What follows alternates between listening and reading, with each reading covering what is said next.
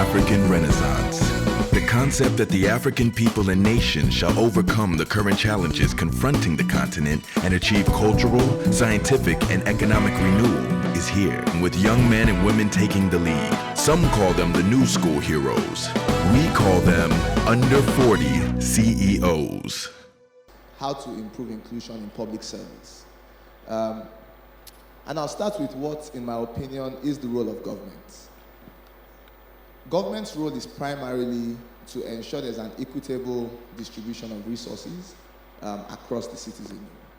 And so you will find that in Nigeria, for the longest time, we have depended on crude oil revenues to primarily fund government, which is why there's a big disconnect between government and accountability to the people. Because in many climes, government's resources comes from the people. In our scenario, government's resources primarily comes from a resource, which the people don't control. So you get to a situation where, because it's not your money, you don't really care how it's spent. So as long as you're fine, it's really nobody's problem. But the moment you start to pay, we hope that the moment you start to pay taxes, then that starts to increase accountability. Then you want to know if 30% of my income is going to a government, how is that 30% being spent? And is this the right person to put in charge of my income or not? So ideally, government's role is to say, we've taken part of your resources for the common good. And the rationale behind it is, I like to tell a story that a friend of mine told me. So I went to visit my friend in Agungi once. And that day, the road to his house was super smooth. Interlocking blocks, everything well done. And so I went to see him 3 months later, and the road was completely bumpy. And all those interlocking blocks had gone. And so I asked him, I was like, what happened to the interlocking blocks I saw here 6 weeks ago? So he said, the developer who did the road, the family that owns the land, they didn't give him as much land as he required. So in anger, he called these people, they picked the interlocking blocks, and they left the sand there. And the reality of the conversation is that at the end of the day, there's overriding self-interest, right? So, there's that whole Adam Smith quote about the butcher, the baker, doing this not out of any public good, but out of their own self-interest. So if I said to Victor, no matter how kind and good-hearted he is, he's not going to go and tar roads in Ajangbadi with his resources, because he doesn't even know where Ajangbadi is. What does he care if there are no roads in Ajangbadi? So someone has to do that. And so that's why we'll take some resources from him, some from everyone else, and say, but there are people who live in Alimosho, very far from the coziness of Victoria Island, who also deserve to have some roads. And perhaps today they don't have the income to justify it. But if we tar the roads in Alimosho, in 2 years, because commercial activity has grown there, they also start to contribute to that port, and then we can use those revenues to do something else. But that's, in theory, how this should work, right? In practice, it's a completely different ballgame. So I thought it was very useful to talk about some of the work we do at the Employment Trust Fund, at the Lagos State Employment Trust Fund. Primarily because, in my opinion, the biggest socio-economic problem we face in the country today is a lack of opportunity. And the fact that talent might be evenly distributed, but opportunity certainly isn't. And so we sit in a country where 40% of our workforce are either unemployed or underemployed. So that's 4 in 10 people. In absolute numbers, that's 35 million people. That's more than the population of each of your neighboring countries across Nigeria, across West Africa. So, we're saying 35 million people in one country do not have jobs or work insufficient hours. So, depending on where you go, those are entire countries. We have countries that have just 10, 12 million people. So that's the quantum of the problem we're facing in Nigeria. Now, if you look at young people, that number is even worse. It's 53% of young people.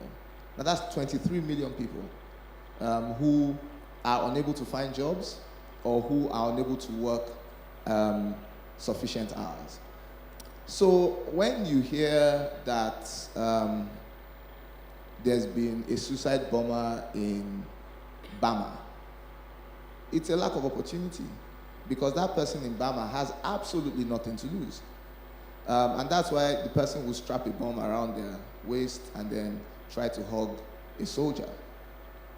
I mean, if you have a job, you have some income, you know, people say prayers every day hoping to see the next day. So it tells you that your real problem is there's a lack of opportunity across the country, and that's why if you are driving at 7:30 p.m., you know, you've got to use Google Maps to figure out how to avoid traffic at all costs. Otherwise, you might have your window smashed by someone asking for your mobile phone. And that's what happens with fragile states. And if we're being honest with ourselves, Nigeria is a fragile state. So I always say it's not scaremongering, but I don't think it's a problem that government alone can solve. But I think that talking about how we try to solve some of these problems does improve the quality of the discourse and ultimately the quality of the solution. So that's the context. But in Lagos, and I'll speak primarily to Lagos State. In Lagos State, you know, if I asked anyone to guess what Lagos State's unemployment ratio is, so, I mean, we know Nigeria is 40%. Does anyone want to try what Lagos State is? Anyone? Sorry? Yeah, percentage. What, 40? 30%. Okay. I was about to give a reward, but your answers are too close to even make me try to give a reward. So it's actually pretty close to 30%. It's 32.7%. And people often wonder that Lagos is the center of opportunity. So why should Lagos have such a high percentage of on and underemployed people? The answer is fairly simple. Lagos has incredible migration pressures. Approximately 1 million people come into Lagos every year. And we all know why. If you look outside of Lagos, Abuja, Port Harcourt, every other state capital, apologies to those who are public servants outside those three places, it's government. So if you look at where I'm originally from in Ekiti, you know, the moment government doesn't pay salaries, nothing happens there. And I said to someone, and I think he's somewhere in the room, and he said to me, you know that if you travel to Ekiti, there are no gyms in Ekiti, you know. But the truth is, the reason why there are no gyms or cinemas in Ekiti is because there aren't enough people who can afford these things. Because the people who can always migrate to Lagos. And so Lagos in itself is under incredible pressure. So you still find that even in Lagos, 3 out of 10 people still do not have opportunity to work. And so that's the problem we're dealing with. Now, how do we think as a government we should solve this problem? So and I'll start the story from, I think, 2014, right? So in 2014, a gentleman said to me, you know, he said to me, oh, he's running to be governor of Lagos State, but more importantly, he thought he could set up this employment trust fund to help small businesses, you know, and we had this really long debate about how I thought the fund could run, etc. So when he eventually got elected as governor, I sent him this deck, I think it was about 40 slides, that just said, you know, that your employment trust fund, this is how I think you can make it work. But at the time, I had what I considered a fairly interesting job with Stanbic IBTC. I was looking forward to what I thought was going to be a fairly interesting bonus. So when the gentleman said to me, you know, this is your PowerPoint presentation, you know, who wrote it? I'm like, who wrote it? I wrote it. So he said to me, oh, you know, how about you come and do this employment trust fund? So I'm like, nah, it's not going to happen, you know. I can be a consultant, you know, but not coming to work for Lagos State, never. I mean, I said to myself, I can't even work in Alausa, you know, to start with. I mean, I still don't work in Alausa, so I got away with that one. But here we are, 3 years on. So I thought it was good to share some of what we've learned at the Employment Trust Fund. So it's a very quick story. I see, technology never likes me, so I can ditch the slides, at least I tried. It's not my fault anymore. So yeah. we thought, look, everyone thinks throw money at the problem, right? But you know, one of the things that you realize as government is government will never have the resources required to solve this problem on its own. It's simply impossible, which is why, you know, apologies to some of my other friends in public service. You know, as much as you try as a government, you can't be a rice farmer. It's not your job. Your job is to enable the rice farmer be more productive. So we realized that, look, what Lagos State was suffering from primarily was there were productivity drags. And because the people weren't very productive, businesses were not growing. Now, there are several productivity drags, but there are some that are more sovereign than subnational. So, for example, power. Everybody realizes that power is a big productivity drag, right? So if we gave you 20 hours power, you know, I mean, there was this joke on Twitter I saw where the guy says, you know, if I had electricity, I had trains, I had, you know, I mean, I could have been Steve Jobs, you know. I won't have been this guy who is tweeting in anger from Ijesha Tedo or somewhere. You know, someone said to him, shut up, you know, you're probably some angry bus conductor in Ijesha Tedo. And the guy's like, yeah, well, that's who I am, but that's because I don't have electricity, I can't move around freely, so I spend all my time angry looking for someone to fight with instead of actually solving problems. But you see, the power problem from a subnational level is, there's limited state control over power. So we're like, you know what, we can complain, we all know there's a power problem, right? We can complain about that, but that's a constraint that's not going away. And the thing with planning programs or designing programs to improve inclusion is you've also got to recognize from the get-go what your constraints are. You know, and you can't moan about them. You can't keep saying, oh, there's the reason I can't create jobs in Lagos because there's no light. I mean, like Einstein, we know there's no light, right? So we recognize that, look, one of the biggest constraints we saw was access to capital and access to talent. And that if we try to solve those two problems, we would very quickly start to see increased productivity across small businesses in Lagos, and then ultimately those businesses create jobs. So you know, this 25 billion that they put here, I always tell these guys, never put this thing in my slides, because, you know, 25 billion, we don't have that money, you know, because it's, the biggest problem I have with that 25 billion naira figure is that it makes me a kidnap target. But I mean, so what Lagos State government said to us was, look, you know what, we'll give you money up to 25 billion over a 4-year period, and you go and figure out how to help create jobs in Lagos State. So I guess the first thing that you want to do when you're doing this kind of thing in public service is give a blank sheet, right? So don't be too prescriptive and just say, you know what, I trust you guys to go and figure it out. But not say, oh, you know, I want you to lend money at 0%. I want you to lend no more than 50,000 naira, maybe 10,000 in some cases. But the reality is that, you know, there are many ways to skin this cat. So I mean, a few days ago, 2 days ago, I think it was in this same hall actually, and I was asking the Kebbi State Governor what he felt about trader money.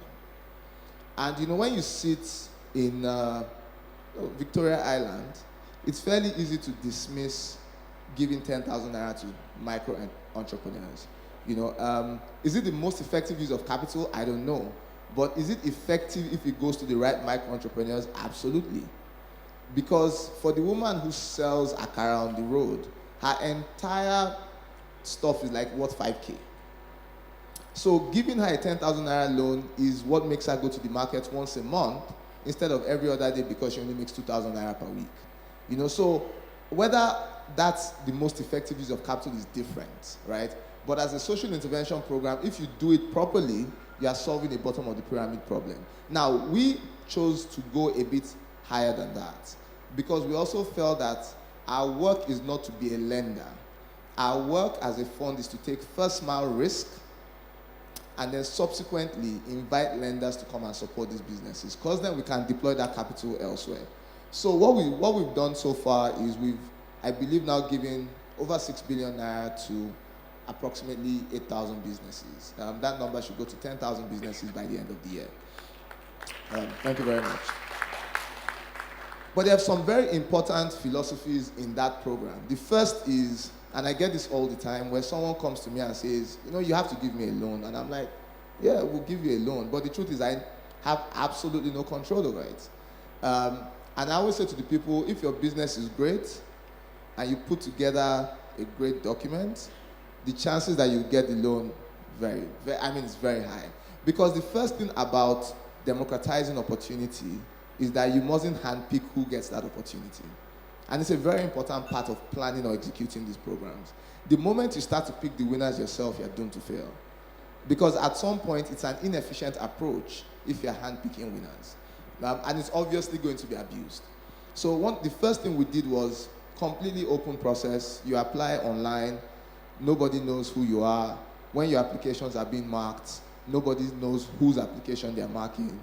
At the point where the applications are marked, there's very little I can do without an audit trail. So, it's very easy for me to say, well, sorry, apply again. The best we can do to help you, sit with you and let you understand the requirement. Other than that, there's very little we can do to help you.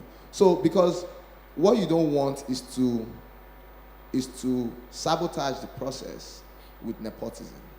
Because the more nepotism influences the outcome, the harder it is to recover your loans, right? So if someone says, oh, I'm going to take 5% from every borrower, then you have no moral authority to go and hound those people when they don't repay their loans. So that's the first thing.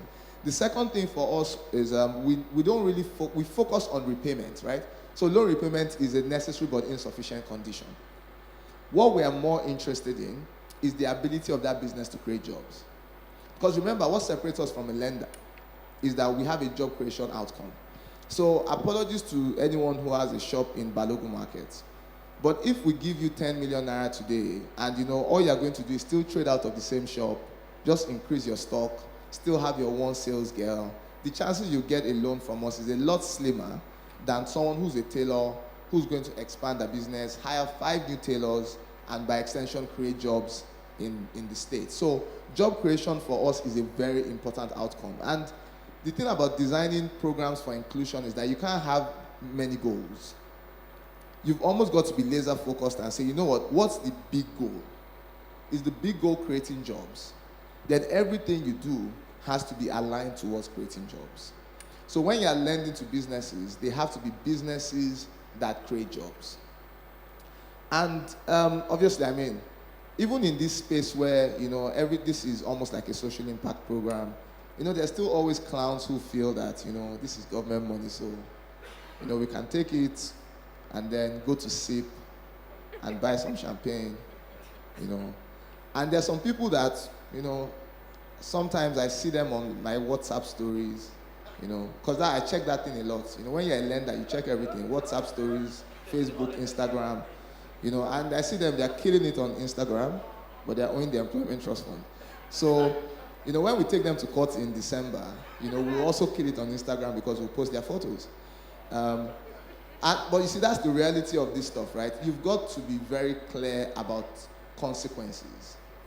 And it's also part of designing these programs. Because if you design a program that lacks consequences when people do not do what they're supposed to do, then you even create a moral hazard. Because even the people who came out trying to repay, when they see there's no consequence for people who didn't repay, they're like, you know what the heck, I'm not stupid now. Like, I can also go to the nightclub, right? And then after 3 years, you find something called AMCON. But you see, that's the reality of this stuff, right? You've got to say, look, nobody's saying criminalize borrowing, by the way. So just to be clear, I'm not saying you can take a loan and fail, right? But I should be able to wind that business down and take whatever is left of the assets of that company. But if you are walking on the streets, your company is still running, and you are owing a government institution, and the